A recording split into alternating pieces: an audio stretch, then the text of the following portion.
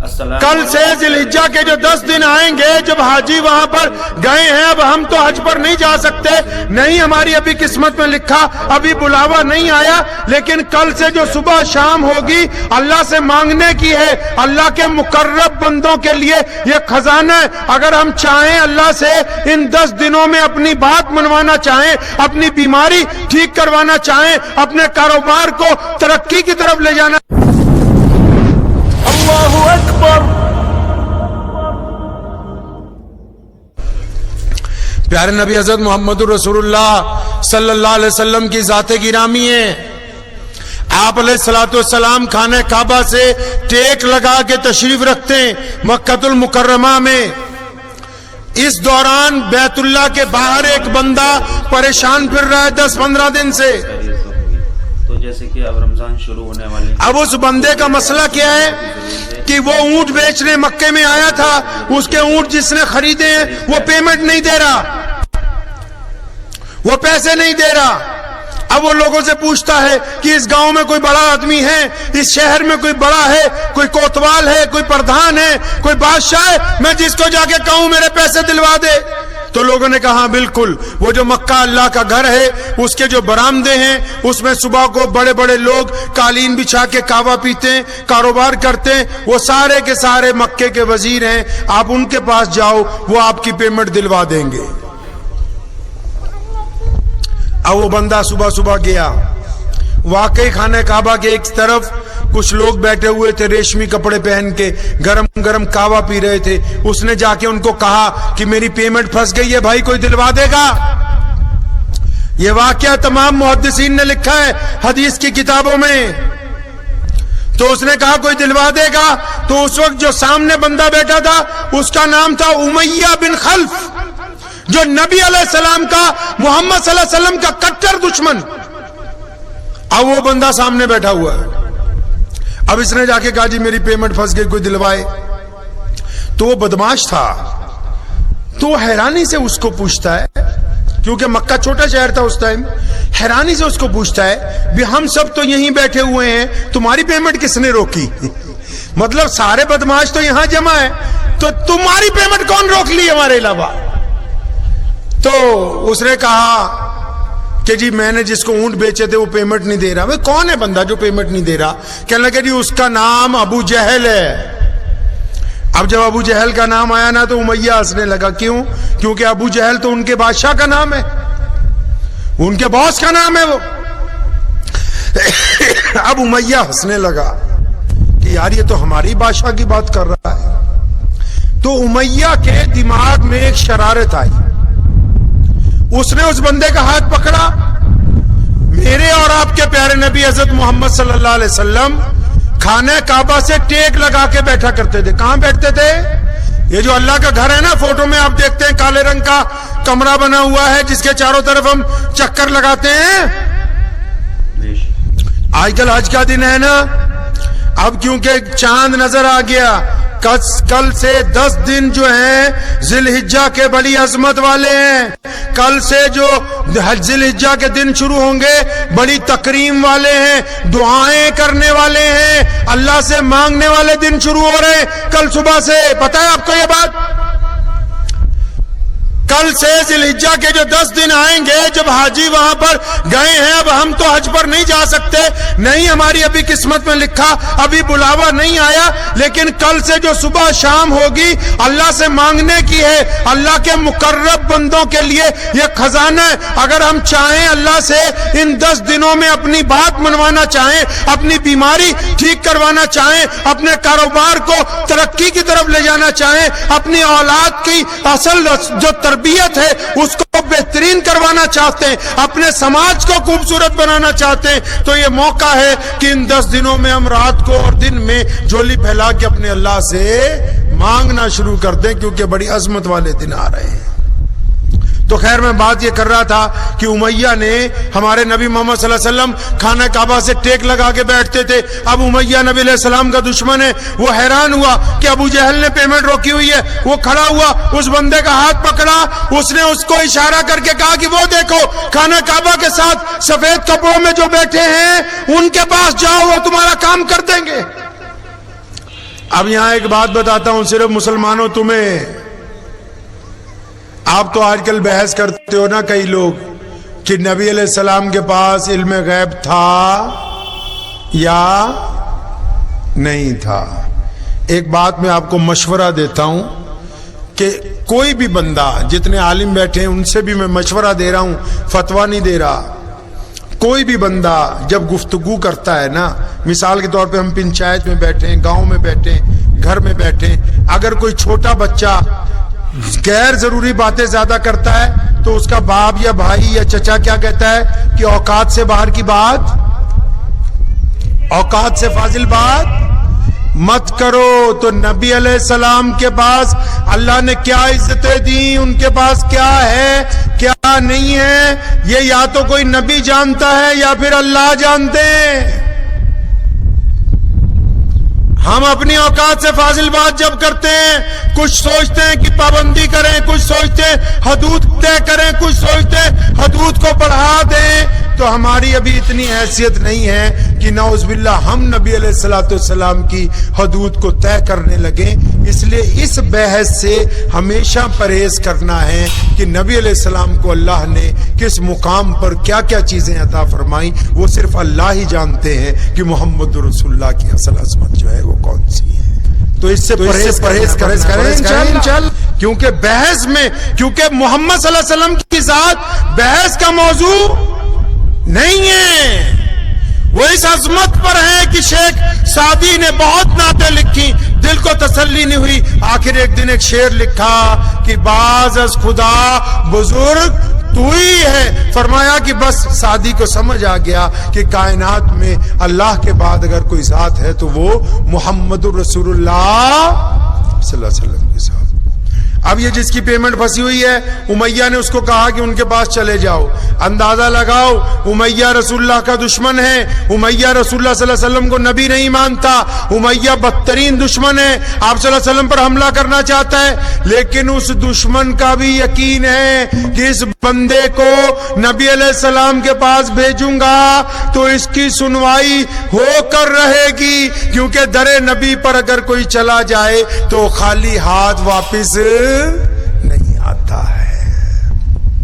لیکن امیہ نے یہ کیوں کہا؟ امیہ نے یہ اس لیے کہا کیونکہ امیہ یہ چاہتا ہے کہ ابو جہل اور نبی علیہ السلام کی نعوذ باللہ لڑائی ہو جائے۔ اب اس بندے کی پیمنٹ ابو جہل کے پاس پھنسی ہے، امیہ نے اس بندے کو نبی علیہ السلام کے پاس اس لیے بھیجا کہ نبی علیہ السلام اس کی مدد کے لیے جب ابو جہل کے پاس جائیں گے تو لڑائی ہو جائے گی تو ہمارا فائدہ ہو جائے گا۔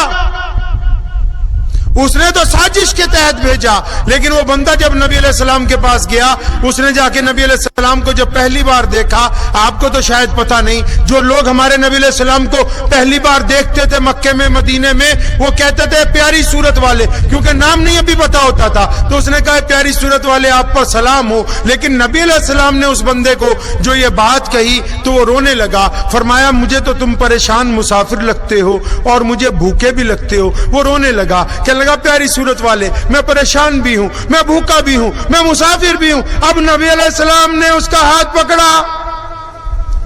سنیں میری بات، توجہ ادھر مجھے دیکھیں، کوئی بات نہیں، توجہ سنیے۔ اب آپ میں جو لیڈر بننا چاہتے ہیں وہ دھیان سے سنو، جن کو شوق ہے کہ ہم نے سماج سیوا کرنی ہے وہ بھی دھیان سے سنو۔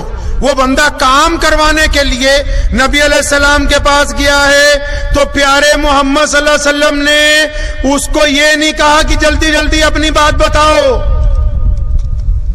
آج کل تو لیڈر چھوڑو، مولویوں کے پاس ٹائم نہیں ہے، کوئی بندہ اپنا مسئلہ لے کے جائے، بولے لمبی کہانی نہیں سنانے کا، اینڈ والا سین سناؤ تاکہ ہم فتویٰ دے کے فری ہو جائے۔ کیسے ہیں آپ سب؟ امید کرتا ہوں آپ سب خیریت سے۔ وقت نہیں ہے لوگوں کے دکھ درد سننے کا، تو یہ بیان سننا بہت ہی ضروری ہے۔ تو نبی علیہ السلام نے اس کو کیا کہا کہ مجھے تو یار تو پریشان لگتا ہے، تو مسافر بھی ہے، بھوکا بھی ہے۔ وہ رونے لگا۔ نبی علیہ السلام اٹھ کے کھڑے ہوئے، یہ نہیں پوچھا کام کیا ہے، مجھے اپنی تکلیف بتا، نہیں، اس کا ہاتھ پکڑا، اپنے گھر لے گئے، اس کو پانی پلایا، کھانا کھلایا، گرم دودھ پلایا، کھجوریں تازہ پیش کی۔ جب اس کے ہوش حواس درست ہو گئے، فرمایا اب بتا بھائی کیا کام ہے۔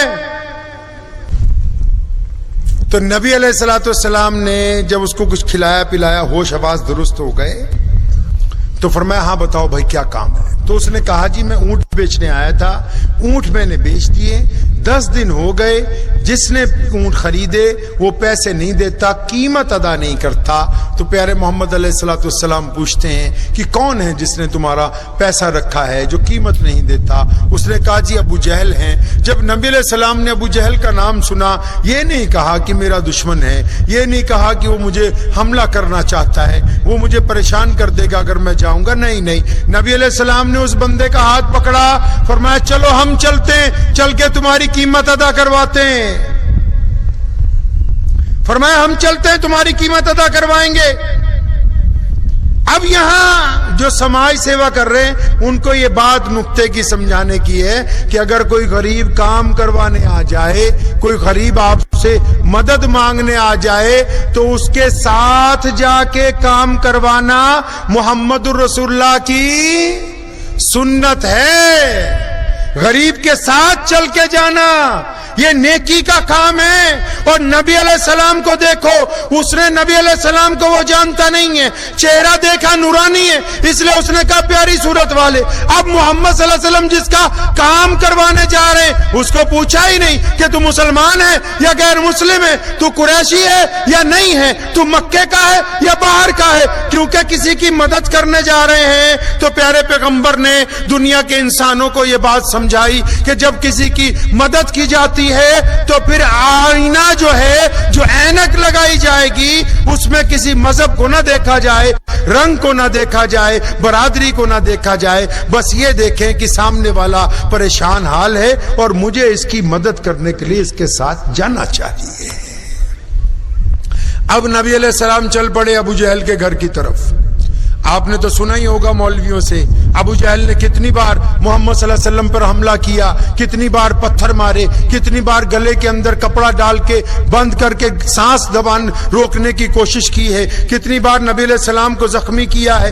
اسی دشمن کے گھر کی طرف جا جو روزانہ حملے کی طاق میں ہے. اب نبی علیہ السلام اس بندے کے ساتھ ابو جہل کے گھر پہنچے, اس نے دروازہ کھٹکھٹایا. اب ادھر امیہ نے کیا کیا, اپنا ایک غلام بلایا, کہا پیچھے جاؤ جاسوسی کرو.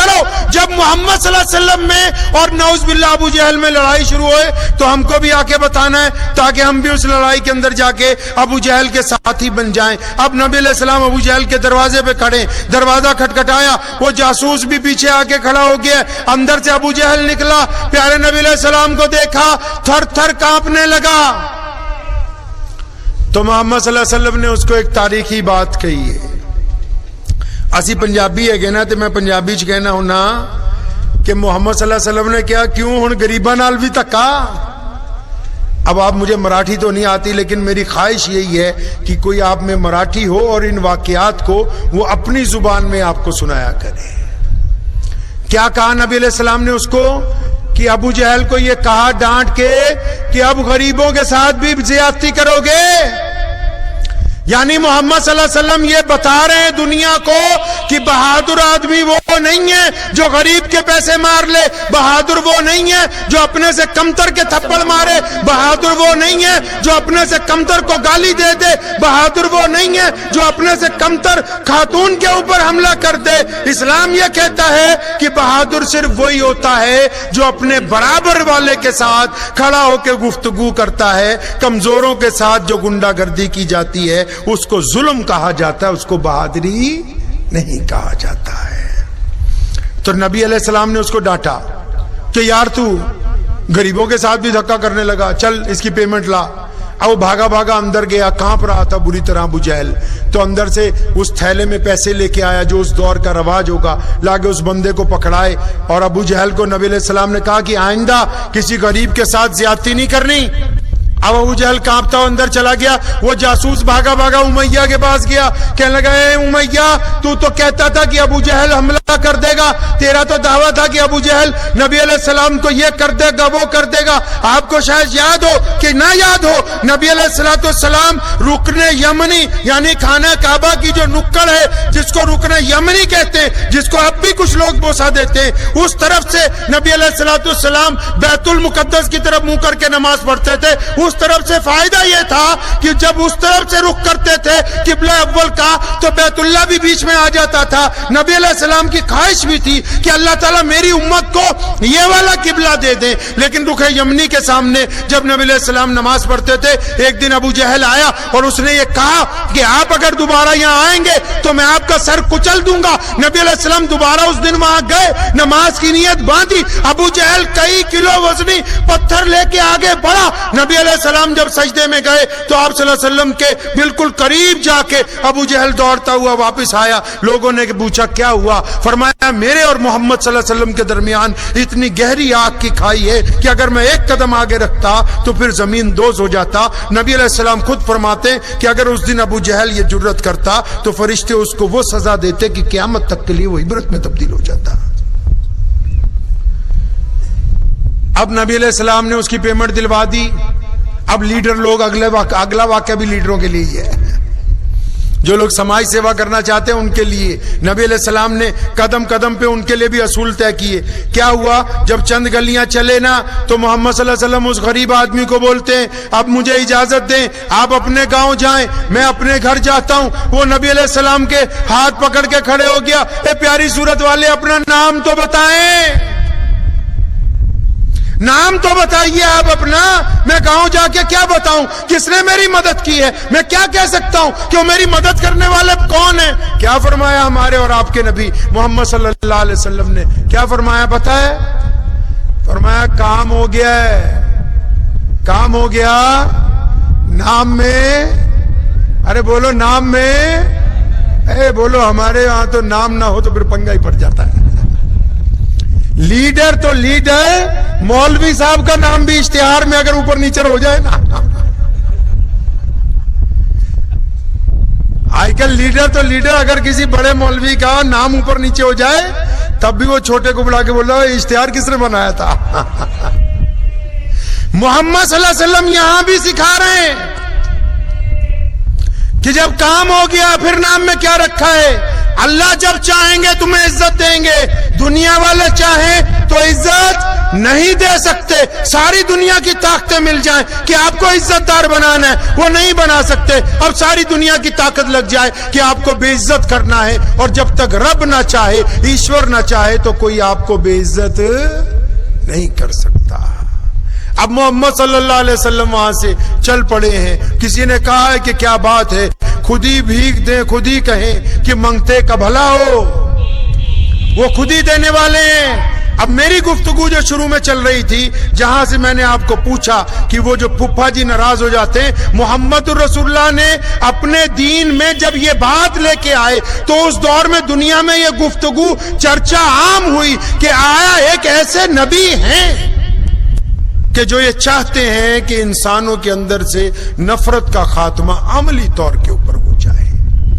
آپ کو پتا ہے جب ہم حج کرنے جاتے ہیں, آج کل حج کا موسم ہے نا, حج کے لیے لوگ جا رہے ہیں نا, جب ہم حج کرنے جاتے ہیں تو بہت دور سے کئی کلومیٹر پہلے لکھا ہوتا ہے کہ اپنے کپڑے اتارو, ایک سفید چادر اوپر باندھو, ایک سفید چادر نیچے باندھو, اپنی پگڑی اتارو, اپنی انگوٹھیاں اتارو, اپنا سونا جواہرات اتارو, اپنے اعلیٰ ترین جوتے اتار دو, اپنی بہترین قیمتی گھڑی اتار دو. پتہ نہ لگے کہ اللہ کے دربار میں آنے والا بادشاہ آ رہا ہے کہ فقیر آ رہا ہے. سب ایک جیسے ہونے چاہیے.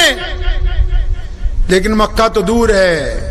وہ مسجد یہاں مجھے سامنے نظر آ رہی ہے جس کے مینار سے خوبصورت روشنی نظر آ رہی ہے اس وقت. مکہ تو دور ہے یہاں سے.